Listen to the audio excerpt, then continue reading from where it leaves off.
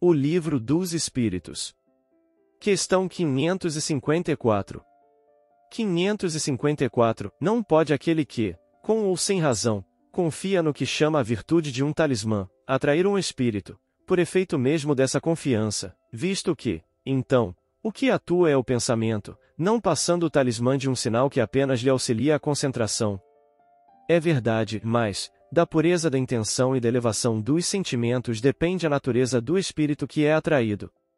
Ora, muito raramente aquele que seja bastante simplório para acreditar na virtude de um talismã deixará de colimar um fim mais material do que moral.